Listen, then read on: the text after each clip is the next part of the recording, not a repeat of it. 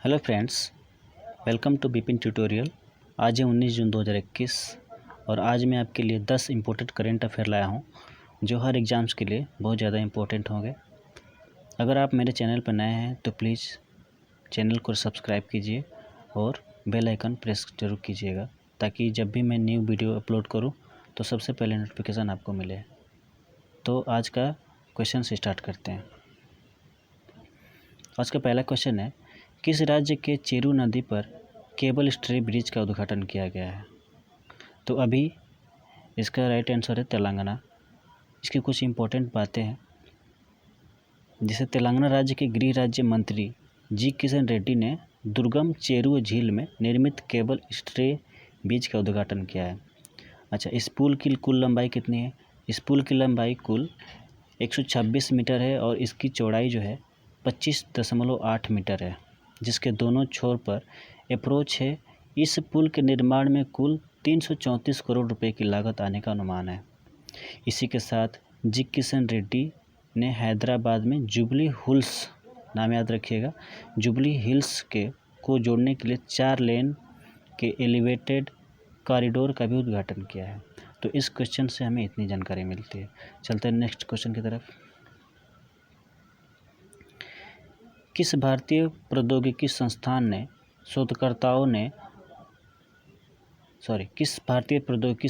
के शोधकर्ताओं ने मौसिक स्वदेशी माइक्रो प्रोसेसर विकसित किया है? तो which Indian Institute of Technology researchers have developed the Moushik indigenous microprocessor? तो अभी इसका आंसर है IIT मद्रास। इसकी कुछ इंपॉर्टेंट बातें हैं। भारतीय प्रौद्योगिकी संस्थान IIT मद्रास के शोधकर्ताओं ने स्वदेशी माइक्रो प्रोसेसर मौसिक विकसित किया है। अच्छा, इस प्रोसेसर को विकसित करने का मुख्य उद्देश्य देश में तेज़ी से बढ़ते IoT उपकरणों को पूरा करना है।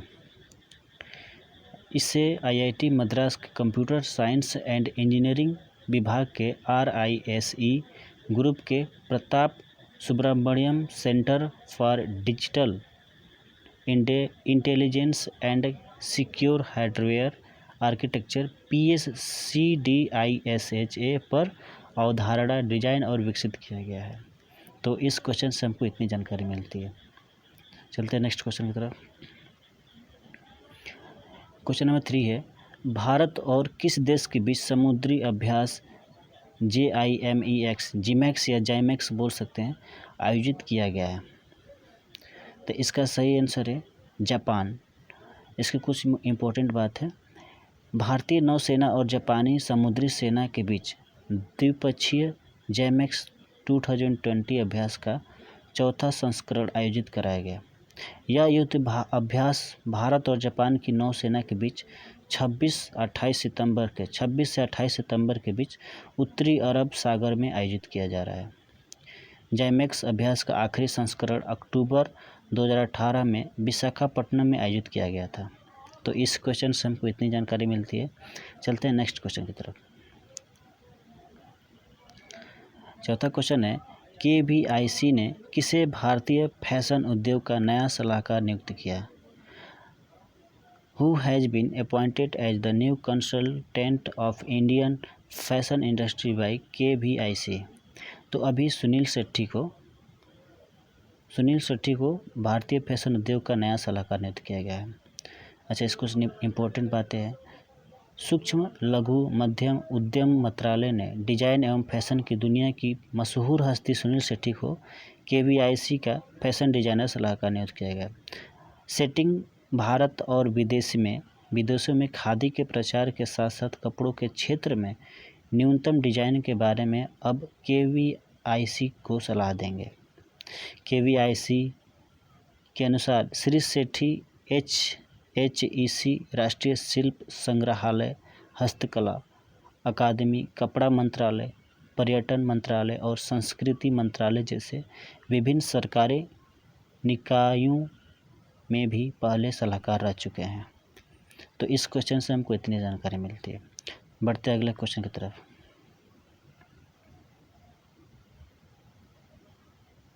अगला क्वेश्चन है, विश्व पर्यटन दिवस कब मनाया जाता है?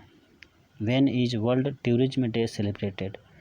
तो अभी विश्व पर्यटन दिवस दुनिया भर में 27 सितंबर को मनाया गया। इस दिवस को मनाने का मुख्य उद्देश्य लोगों के बीच पर्यटन की भूमिका के बारे में लोगों को अवगत कराना रखा गया है। अच्छा, विश्व पर्यटन दिवस 2020 की थीम क्या थी? तो इसकी theme tourism and rural development रखी गई थी।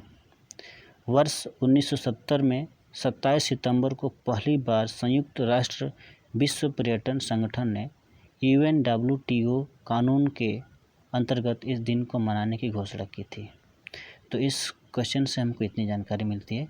बढ़ते अगले क्वेश्चन की तरफ। किसने अपने आविष्कार अर्थ टाटवा के लिए जेम्स डायसन इंडिया अवार्ड जीता है? Who has won the James Dyson India award for his invention Arth Tatva? तो अभी इंडस्ट्रियल कचरे से जादू करने वाले सूरत के शशांक निमंकर को जेम्स डायसन इंडिया अवार्ड से सम्मानित किया गया है। शशांक ने दिल्ली से करीब 90 किलोमीटर दूर उत्तर प्रदेश के एक छोटे से खुर्ज में अर्थ टाटवा का आविष्कार किया, जिसके तहत वह खराब वस्तुओं से चीनी मिट्टी के बर्तन जैसे सजावटी वस्तुएं और बिजली उत्पन्न करने वाले उपकरणों का निर्माण करते हैं। शशांक वर्ष 2017 में national institute of design Ahmedabad आए थे। तब उन्हें महसूस हुआ कि वह इंडस्ट्रियल कचरे को रिसाइकल करके दोबारा से उपयोग में ला सकते हैं। तो इस क्वेश्चन से हमको इतनी जानकारी मिलती है। बढ़ते हैं नेक्स्ट क्वेश्चन की ओर। किस राज्य ने ह्यूमन बाय नेचर अभियान के अंतर्गत मार्केटिंग के लिए प्रतिष्ठा पाटा गोल्ड अवार्ड 2020 जीता है? Which state has won the prestigious PATA gold award 2020 for marketing under the human by nature campaign इसको बोलेंगे, जो भी है। इसका आंसर है केरल। तो अभी केरल राज्य ने अंतर्राष्ट्रीय स्तर पर ह्यूमन बाय नेचर अभियान के अंतर्गत प्रतिष्ठित पाटा गोल्ड अवार्ड 2020 जीता है। बीजिंग में इस आभासी प्रस्तुति समारोह में पुरस्कारों की घोषणा की गई। वर्ष 2019 में पर्यटन अभियान के अंतर्गत केरल राज्य में 17.2% की रिकॉर्ड तोड़ वृद्धि दर्ज की गई थी, जो कि पिछले 24 वर्षों में सबसे अधिक थी। पाटा गोल्ड अवार्ड्स 2020 ने दुनिया भर में कुल 62 संगठनों और 121 प्रविष्टियों को आकर्षित किया, जिसमें विजेताओं को कुल 16 हस्तियों द्वारा चुना गया है। तो इस क्वेश्चन से हमको इतनी जानकारी मिलती है। बढ़ते नेक्स्ट क्वेश्चन की ओर। भारत ने किस राज्य में न्यूट्रिनो वेधशाला स्थापित करने की योजना शुरू की? In which state did India start the plan to establish the neutrino observatory? तो भारत सरकार तमिलनाडु प्रदूषण नियंत्रण बोर्ड के साथ मिलकर वन्य जीवन क्लियरेंस के बाद तमिलनाडु में 2 किलोमीटर लंबी सुरंग और न्यूट्रिनो वेधशाला का काम जल्द शुरू करने की घोषणा की। इसके तहत 85 ton prototype mini ICAL detector को निर्मित किया जा रहा है। इस निर्माण कार्य को अगले 3 वर्षों तक पूरा किया जाएगा। अच्छा, बात तमिलनाडु की हो रही है, तो तमिलनाडु की राजधानी का क्या नाम है? तो चेन्नई नाम है। तमिलनाडु के वर्तमान मुख्यमंत्री कौन है? EK पलानीस्वामी। इस क्वेश्चन से हमको इतनी जानकारी मिलती है। बढ़ते नेक्स्ट क्वेश्चन की ओर। अनूठा ट्राम पुस्तकालय कहाँ शुरू किया गया? Where is the unique tram library started? तो अभी पश्चिम बंगाल परिवहन निगम के प्रबंध निदेशक राजनवीर सिंह कपूर ने जल्द ही लोगों के लिए ट्राम पुस्तकालय सुविधा को शुरू करने की घोषणा की है। उनके अनुसार इस ट्राम पुस्तकालय में किताबें, पत्रिकाएं, लोक सेवा, GMAT जैसे महत्वपूर्ण पत्रिकाएं होंगी, जिसे पढ़कर राज्य के बारे में जाना जा सकेगा। यह ट्राम रोजाना श्याम बाजार से एस्प्लेनेड के बीच 4.5 किलोमीटर की दूरी तय करके ह्यूएर कॉलेज स्ट्रीट से गुजरेगी। तो इस क्वेश्चन से हमें इतनी जानकारी मिलती है। बढ़ते नेक्स्ट क्वेश्चन की ओर।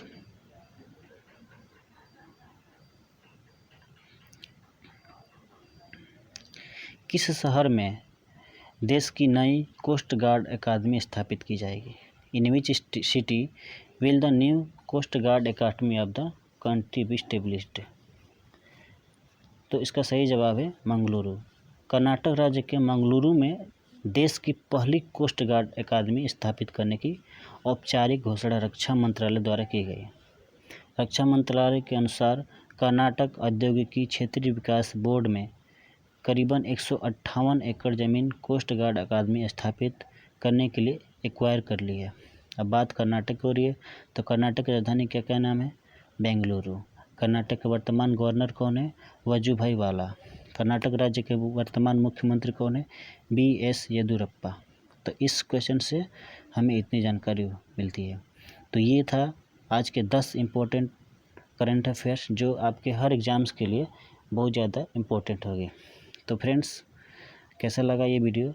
अगर आपको वीडियो पसंद आया हो तो प्लीज़ चैनल को सब्सक्राइब कीजिए और बेल आइकन को प्रेस कर दीजिए, ताकि मैं जब भी नई वीडियो अपलोड करूं आपको समय से मिल जाए।